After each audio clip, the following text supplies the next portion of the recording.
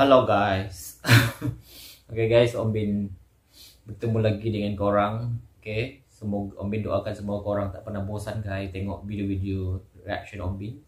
So guys, sebenarnya guys Om Bin reaction video-video ni, Om Bin dalam hidup Om Bin guys, Om Bin tak suka menghina orang. Om Bin tak ada, sebab pada Om Bin manusia tu semua sama saja. Tak kira lah kau kaya ke, kau apa ke, kau handsome ke, tak handsome ke, tak kira guys, pada Om Bin manusia sama je. Yang penting hati korang, kalau busuk atau baik, itu je guys yang Om Bin bezakan. Kalau setakat apa-apa dalam dunia, Om Bin tak pernah bezakan guys. Cuma kita ni ambil info-info, kita informasi mungkin kita tak tahu. Okay, seperti mana yang Om Bin nak reaction ni guys. So kita kembali bersama YouTuber Malaysia yang belajar di Indonesia dekat University UGM guys. University UGM kot. Kita tahulah. Tak ingat Om Bin. Nama dia guys Ivy Pan. Okay. So macam biasa, kita pada korang yang belum subscribe guys Ivy Pan, korang boleh subscribe dulu. Tekan tombol lonceng dia macam biasa. Like dan share supaya dia lagi bersemangat guys untuk buat video. So tajuk dia Ivy Pan kata pengalaman orang Malaysia kuliah di Indonesia part 1. Video ni guys dia kata 2 minggu yang lalu, 2 weeks ago. So kita tengok, dia kata pengalaman orang Malaysia kuliah di Indonesia. So guys, pada korang setiap video Om Bin tu guys, Om Bin tak suka membanding-bandingkan guys. Cuma kita ni nak ambil info, okay, macam apa yang ada di Indonesia, apa yang tak ada di Malaysia. So apa yang ada di Malaysia tak ada di Indonesia, ataupun mungkin budaya dia tu, memanglah budaya Malaysia dengan Indonesia tu dah hampir sama je guys. Sebab kira Malaysia dengan Indonesia tu kan serumpun. Orang-orang di Indonesia, orang-orang di Malaysia lebih kurang sama. Malah ada yang banyak orang Malaysia tapi ada keluarganya di Indonesia, macam tu. So kali ni Ivy Pan bawakan kita video. So tanpa kita berbasa-basi lagi guys, kita langsung saja tengok video dia dengan kiraan 1, 2, 3 play. Halo teman-teman, perkenalkan saya Ivy dan saya adalah mahasiswa Malaysia yang kuliah di FKG UGM Yogyakarta. Weh, selama nggak ngomong seperti gitu ya. Kerana akhir ini saya sangat sibuk dengan kuliah, dan seperti teman-teman bisa lihat ya, saya udah pakai bracket, saya udah potong rambut, dan saya udah putus pacar ya. Itu hal cerita yang untuk hari yang lainnya. Untuk video kali ini saya pengen sharing ini pengalaman saya selama beberapa bulan ini di Jogja ya. Ini walaupun saya nggak ke YouTube, tetapi saya bilang ke... So guys, sekarang ni Ivy Pan ni dia masih lagi maknanya dia masih lagi belajar di Jogja. Okay.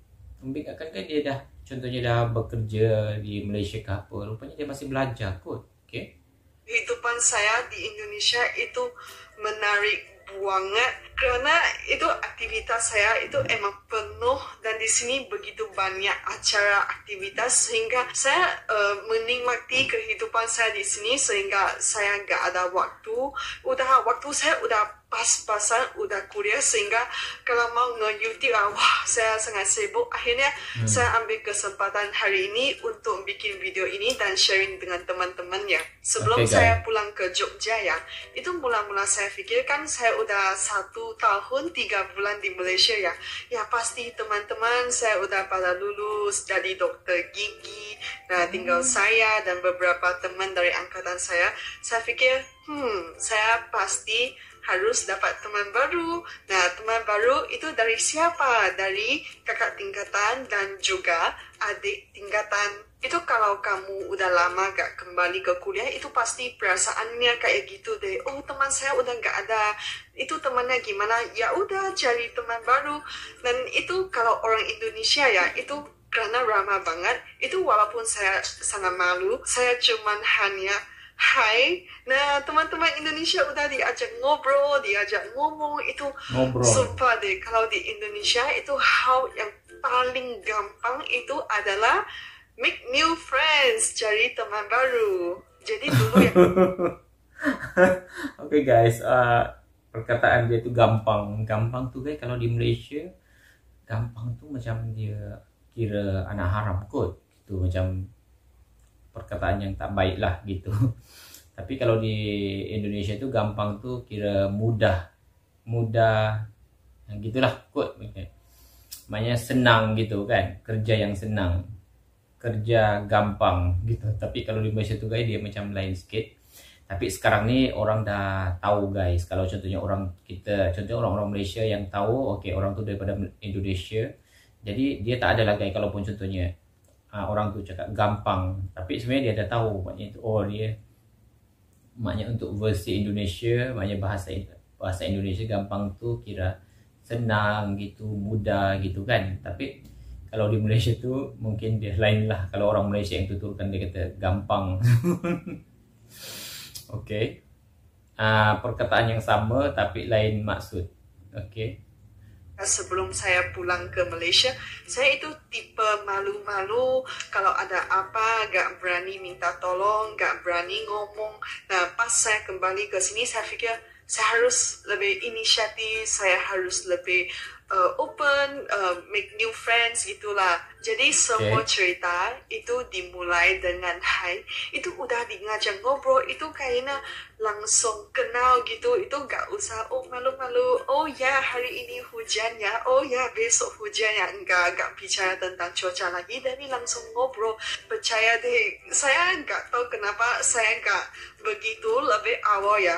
Itu saya merasa sumpah, itu adik tingkatan saya itu orang mereka itu luar biasa enak banget untuk ngobrol, untuk nongkrong, dan mereka sangat-sangat helpful dengan saya ya. Itu saya merasa itu salah satu pros kuliah di Indonesia. Kalau di kampus itu orangnya, itu mahasiswanya itu sangat ramah, sangat membantu. Itu saya nggak bisa bayang apakah ada tempat yang lebih bagus daripada ini. Sumpah itu kondusif banget.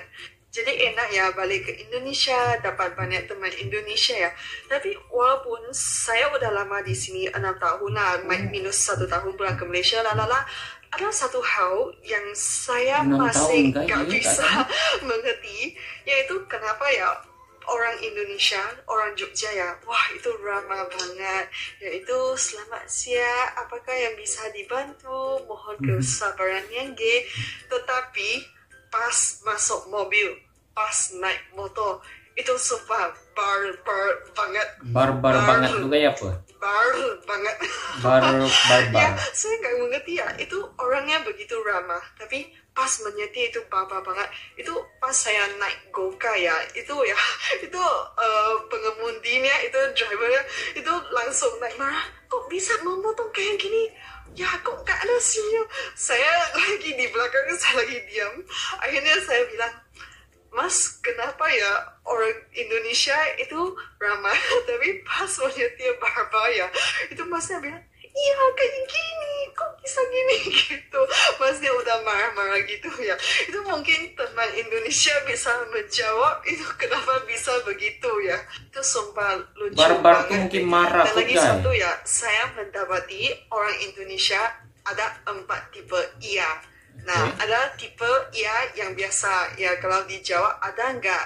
Ya, kamu jawab iya. Tetapi misalnya ada gosip ya, dan kamu mau konfirmasi gosip itu, nah kamu bilang iya. Nah, kayak gitu. Saya kasih contoh ya. Misalnya, dia lagi selingkuh sama Bu Retno tuh. Iya, nah jangan jawab iya gitu. Itu kayaknya mau konfirmasi gitu, benar-benar konfirmasi gitu. Dan iya ketiga, pas kamu dipaksa menjawab, tetapi kamu gak pengen menjawab, kamu bilangnya iya. Gitu, kayak kesel gitu. Dan iya keempat, pas kamu mau bilang sama-sama, tetapi kamu malah bilang iya. Itu misalnya saya bilang, terima kasih. iya. Nah, itu artinya sama-sama, tetapi dalam bentuk iya. Nah, kita udah tahu 4 jenis iya ya di Indonesia. Nanti kita revisi lagi ya, biar gak lupa. Akhir ini saya sibuk kuliah ya, jadi hari ini saya barusan pulang dari acara BKGN, Bulan Kesehatan Gigi Nasional. Nah, di mana kampus saya, FKG UGM, kita ada konsultasi online buat warga se-Indonesia. Nah, guys, saya nggak tahu kenapa ya kalian itu lucu banget. Kami terima ada banyak pertanyaan yang aneh.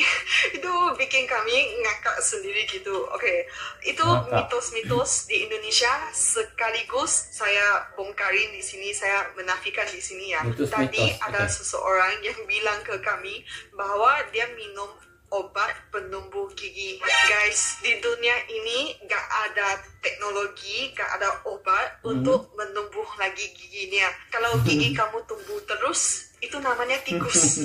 Ya, hanya tikus itu giginya tumbuh terus, tapi manusia kita hanya ada gigi kecil sama gigi dewasa. Nah, kalau gigi dewasa kamu udah dicabut, ya udah kamu tidak akan ditumbuh giginya, makanya dijaga giginya dengan baik-baik. Dan yang paling saya sering dengar di Indonesia itu, apakah cabut gigi akan bikin buta? Nah, guys, itu mungkin kalian nggak tahu ya.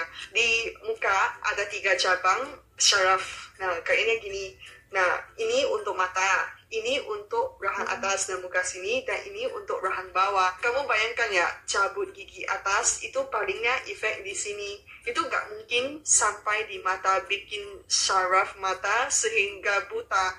Jadi guys, kalau kalian nggak sempat ikut tahun ini, dan saya tahu kalian enggak, karena itu tadi yang tanya itu jarang sebenarnya ya. Kira info tadi terbaru itu juga guys, sesuatu opportunity, itu yang peluang yang sangat bagus, karena di mana dosen saya ya itu sebagai spesialis, sebagai dokter gigi yang berpengalaman, mau mengambil waktu untuk membuka konsultasi. Nah, kalian bisa tanya lewat WA, tanya apa aja yang kalian pengen tanya, dan kalian selalu tanya di komentar saya. Di sini ada kesempatan dijawab spesialis, tapi kalian malah gak ikut.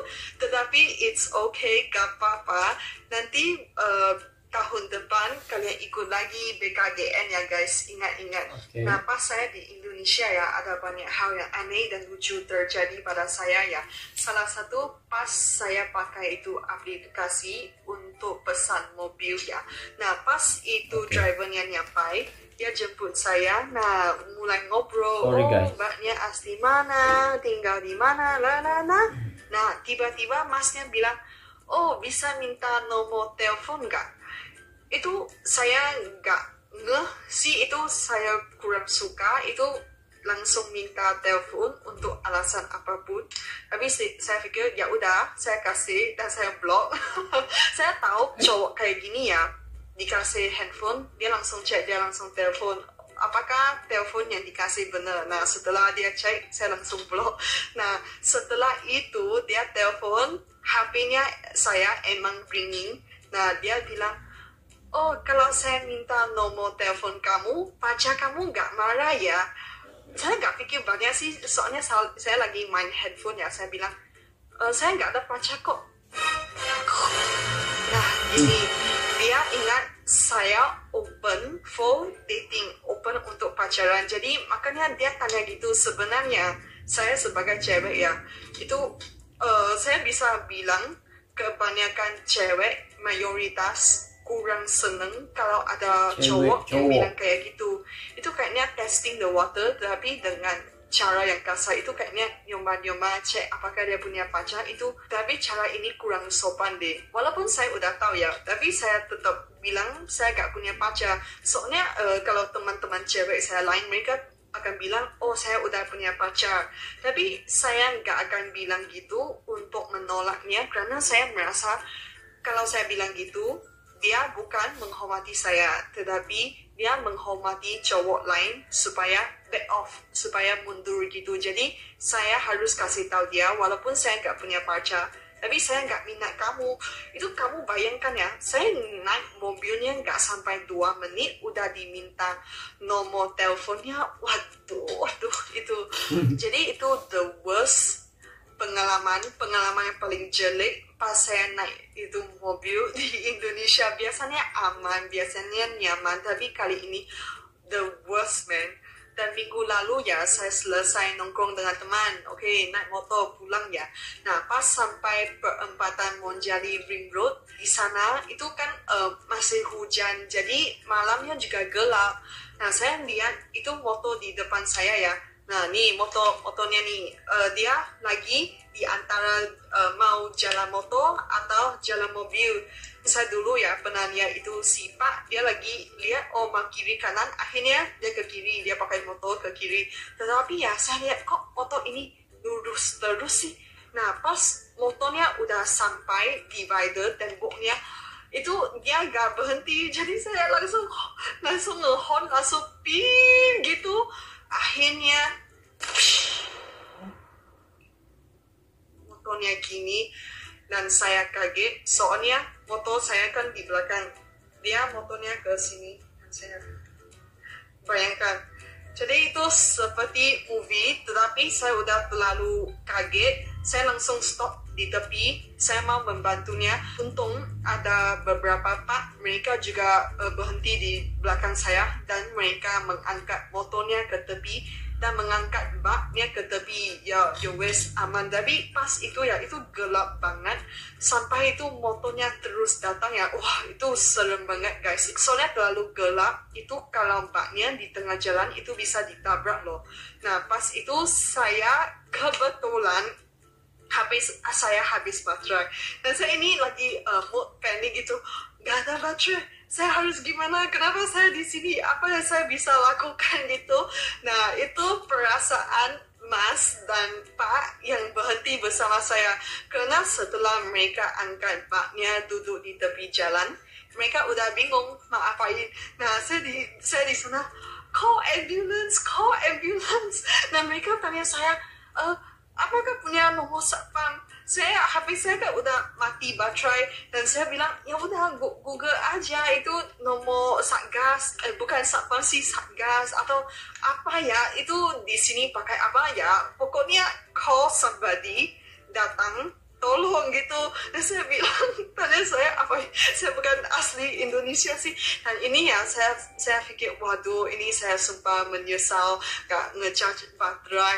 Nah pas di dalam rumah sakit kampus saya ada satu list, ini nomor ambulans, nomor satgas, nomor siapa, pokoknya siapa datang membantu gitu. Nah akhirnya ada sekelompok masnya datang juga.